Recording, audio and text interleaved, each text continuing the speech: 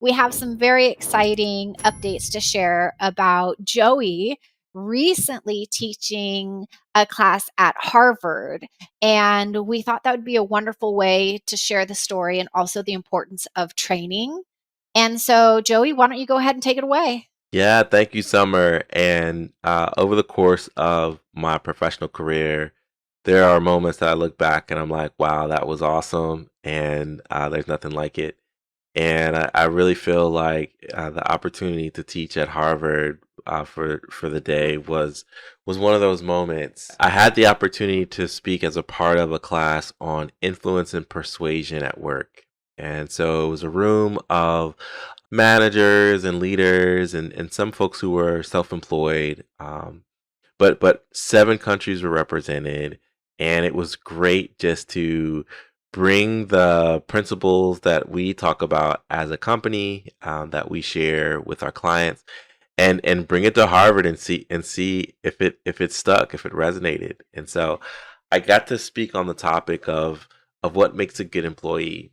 And I say what makes a good employee with regard to that umbrella topic of influence and persuasion, about like, how do you know if someone buys into your culture? How do you know if they want to become better? How do you know if they can be influenced or persuaded for good, right? For the good of their career, for the good of your organization, for the good of your customers, and ideally, all that's one mission.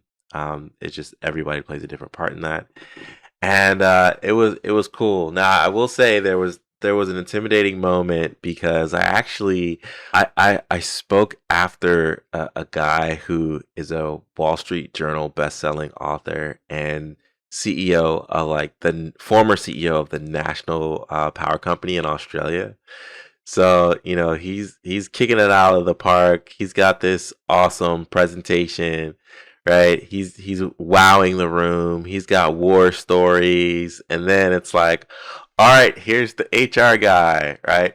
Um, but it was cool. It was cool, and my content was no less than his. I think that they actually worked really well to go one after another because we had some similarities. And so he talked about leadership and the importance of owning that role and the importance of influence. One thing he said is he didn't realize the importance of influence until he realized he had no influence. And so imagine trying to move an organization. Now, this wasn't when he was CEO. He was, I think, brought in as a consultant somewhere. But imagine trying to move an organization where no one buys into you, no one responds to you, no one finds you credible. And so it was an aha moment for him of, like, trying to build more influence and accountability in that area so that he can make a difference in companies. And so he talked about it as a leader. I talked about it as, like, how to bring your team along. So it was awesome. It was awesome. But what stood out to me the most in the room was that I wish there were more people in the room, and I wish that there were more people from these organizations, because, and this we're going to talk about, like, the topic at large now about training, is that one of the beauties of training is that you start to adopt a new language and a new way to orient with your work, but then you have to go back and share, like, a diluted version of that with your team or with your staff. And so I really believe in the power of training. I really believe in the power of having training happen together, especially when we think about why so many people leave organizations. It's because of lack of opportunities for growth and development, right? There's a stat here that says 74% of surveyed employees feel they aren't reaching their full potential at work due to lack of development opportunities. Mm, So, what better way to tie employee fulfillment with mhm, their growth and better contributions to the organization mhm. than for training? So, I I know I kind of said a lot. There's more we can unpack, but Summer, what are your thoughts on training and development? Because Mhm. you have a great career as well, in HR and other areas, and so how has training impacted you? Well, it's interesting because it was one of those discoveries during my career that I hadn't intentionally spent dedicated time to honing my skills in the area of developing team members and training. Like my career, just naturally progressed in a different direction.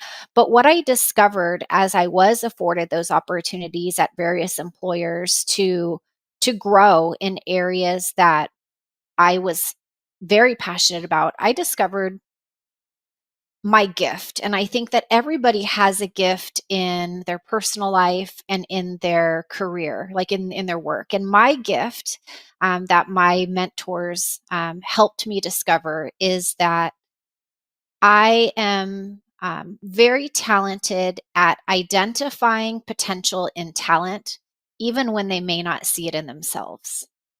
And not just identifying, but just having the natural ability and just passion and drive to want to develop those individuals. And so when it comes to some of that, what makes a good employee, I think what makes a good employee is part of this. It is having self awareness and also the drive and motivation to want to do and learn more. And then, kind of from a leadership standpoint and where I think I fit into this puzzle and other leaders, even if it's not their natural gift, they can be intentional about developing the skill for themselves, is seeing the value of being intentional and developing your team so that they can learn and grow and hopefully one day become that person who develops others as well. Yep.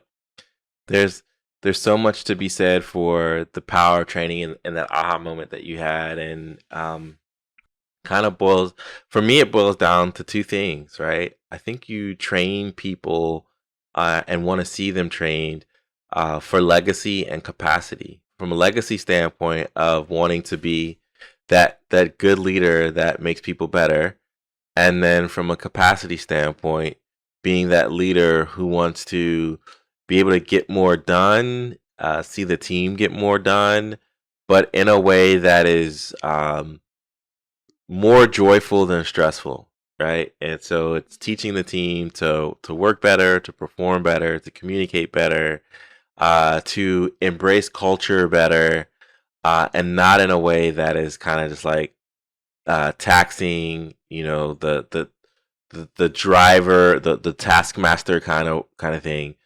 So that's where I think most even business owners and managers of people, especially if you're a first time manager, just figuring out like how to lead people.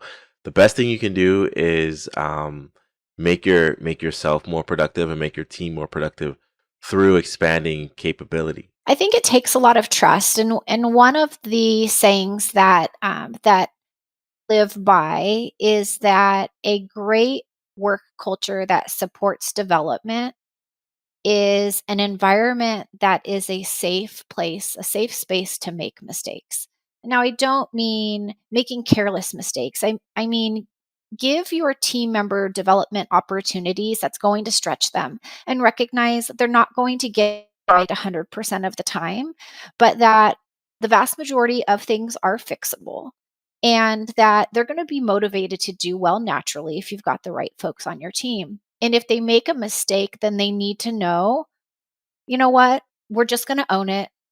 We're just going to own it. It's going to be okay. We will work through it together. And when you get to the other side, there's that other aha moment of like, I didn't die and I learned something along the way. So whether they may have missed it from the start, they're still learning. There's still that progression and development happening. And, I mean, people are going to make mistakes. And I think that it's all part of that learning and growing process. Yep, yep. And I think part of training and development is creating safe spaces for people to make mistakes. so that you almost want to make mistakes behind the scenes or in a safe kind of trial scenario. And then also have the trust in your team that if a person gets to a point where they're not certain, they can ask questions Mhm. before a mistake is made Right. in a bigger scenario. Um, so yeah, you want to be able to what did Bob Ross call them? Happy accidents. The painter I Bob think you Ross. call them beautiful oops, right? Beautiful oops. Isn't that what it is? Anything behind the scenes, right? Like that's not like fatal, is a beautiful oops, and you can train and develop from it. But anything that's like client facing or customer facing, um, should be a teachable moment, and there should be ways and avenues for people to reach out for help if they need Mhm. help. Absolutely. And I think, bringing this full circle, it is truly about leading your team well. It is about helping grow your team, develop them. It's a foundation of trust. And when I think about one of the comments you said earlier about, the leader realizing that they didn't have any influence at all, I think that's also one of the biggest aha moments that I learned in my career journey, which is, how to influence without authority. And it's not the easiest thing to accomplish, but I think, whether you are an individual contributor or you are a leader, that's definitely a skill when I think about, items to develop in the HR profession or just leadership space. It's a pretty important one too. So, I think we could go on and on about the importance of training and development. I do want to leave with some more stats that kind of blew my mind. One of them says that and think about the small business owner when we think of, or the small business as we think about this, right? 59% of managers who oversee 1 to 2 employees report having no training at all. And then 41% of managers who oversee 3 to 5 employees claim the same.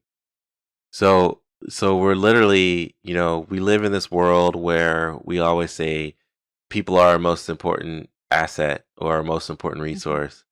But half of the people that manage your most important resource have no idea what they're doing because Yeah. they weren't trained on it.